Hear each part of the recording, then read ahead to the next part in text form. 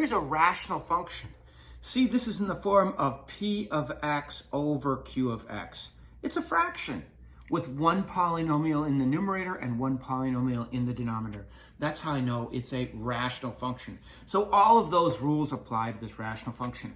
I like to start with my vertical asymptotes. Vertical asymptote means I'm going to take the denominator, 2x, and set it equal to 0.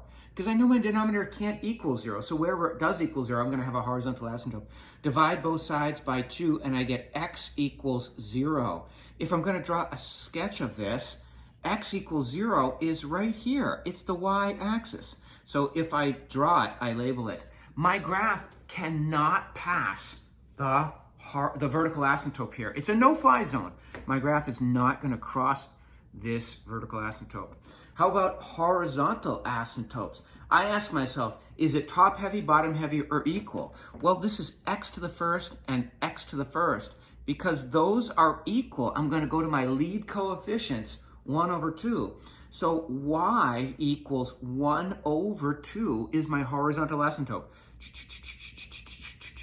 Notice this is a horizontal line at y equals 0.5 or 1/2.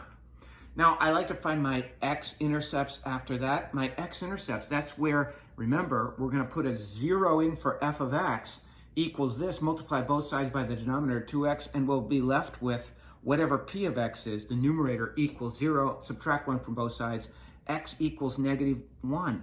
There is our x-intercept. How about our y-intercept? Well, we know that that means we're going to find f of 0, and we already found out wherever x is 0, we have a vertical asymptote. So we have no x-intercept. How about, I look at what I have here. I've got a asymptote here, and an asymptote here, and a point here.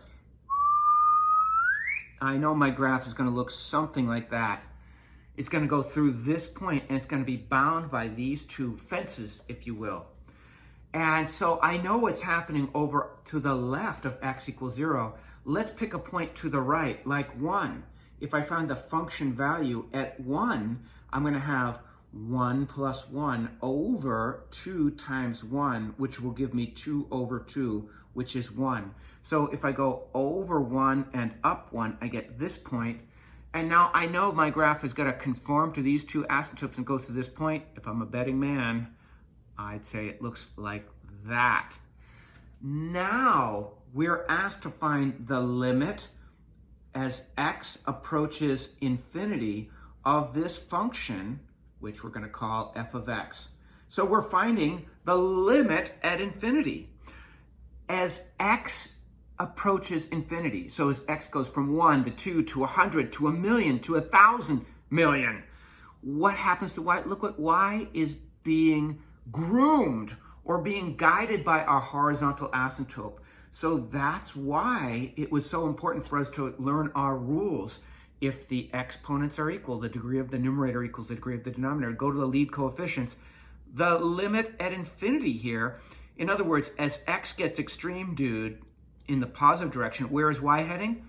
Y is getting closer and closer to 1/2. Of course, you could make a table as we did before, and we'd see that y is a little greater than 0.5, but getting closer and closer to 0.5 the entire time. How about the limit as x heads to negative infinity of this function f of x? Of course, it's heading towards 1/2 from below. It heads from 1 to 1/2 from above, and here it is from below. So we found this here, the horizontal asymptote, and that led to figuring the limits at infinity. It's important that these are limits at infinity. Look to the horizontal asymptote. Here, we're asked to find the limit as x goes to infinity. As soon as I see a limit at infinity, I'm thinking about horizontal asymptotes of f of x of 4 minus 3x squared. Well, from our work in chapter 11.1, we know that this is going to be the limit as x approaches infinity of 4 plus the limit as x approaches infinity of -3 over x squared. Remember, that was one of the principles that we could use when finding limits. You could split up a function like this. Now, this isn't written, but of course this is x to the 0 over x to the 0. So think about our horizontal asymptote rules. If we're equal, if the degree of the numerator is equal to the degree of the denominator, we go to the lead coefficients, which is 4 over 1. So that gives us 4 plus, well, here is x to the 0 and x squared. If there's nothing there, I know that x to the 0 is 1, so I can add it in. So I had to add that x to the 0 in to compare the degree of the numerator and the degree of the denominator. That's bottom heavy. I know bottom heavy, y equals 0. So if that's the case, the limit will be 4. And if you graph this on your graphing calculator, you'll find it looks something like this. And we have this horizontal asymptote at y equals 4. So you can see that as x gets extreme dude out this way, the graph is heading towards y equals 4.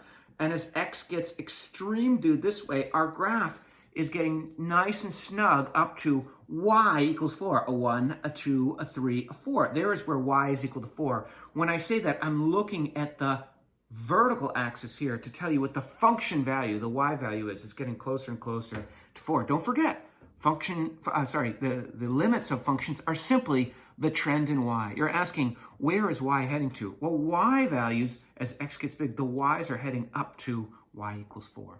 Here we're asked 3 limits, and each of them are at x is going towards infinity.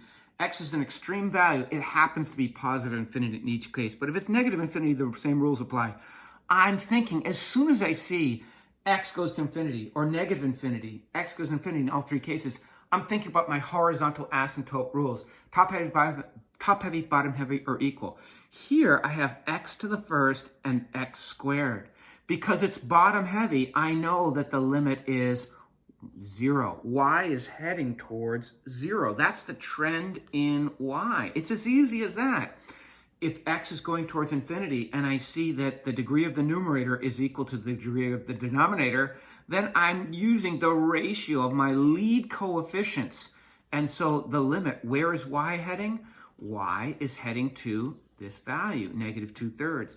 And if we have a 3 over 2, that's top heavy, I know that D and E, not applicable. We don't have a horizontal asymptote. Therefore, we say that the function increases or decreases without bound. Now, if I put in a big value like 1,000, the numerator will be negative and the denominator will be less negative. So I know that this graph is going unchecked down this way. Its end behavior is down to the right. Just by looking, I can tell as x gets really big, y is going to get really big negative. That's why we don't have a limit, because where is y heading really? If we graph this, we'd say y is heading towards negative infinity. But negative infinity is not a real number. That's why we can say that this is not applicable, or D and E does not exist, either one. I like the way your book put this. It says, looking on page 782, this result seems reasonable when you consider that for large values of x, the highest powered term in a polynomial is the most influential term. That is, a polynomial tends to behave as its highest powered term behaves as x approaches positive or negative infinity. So if the highest powered term is here, it's going to overpower the polynomial. And because this is negative, it's going to go down, down, down. If they're equal in strength, then we'd have to go to a tiebreaker. If the higher power term is here, as x goes to 1,000, well, 1,000 squared is going to be so much bigger than 1,000. And so our numerator is going to be small and our denominator is going to be relatively large. Small over big is close to 0, like 1 over 1,000 is close to 0. So we're going to say that's why y is heading towards 0.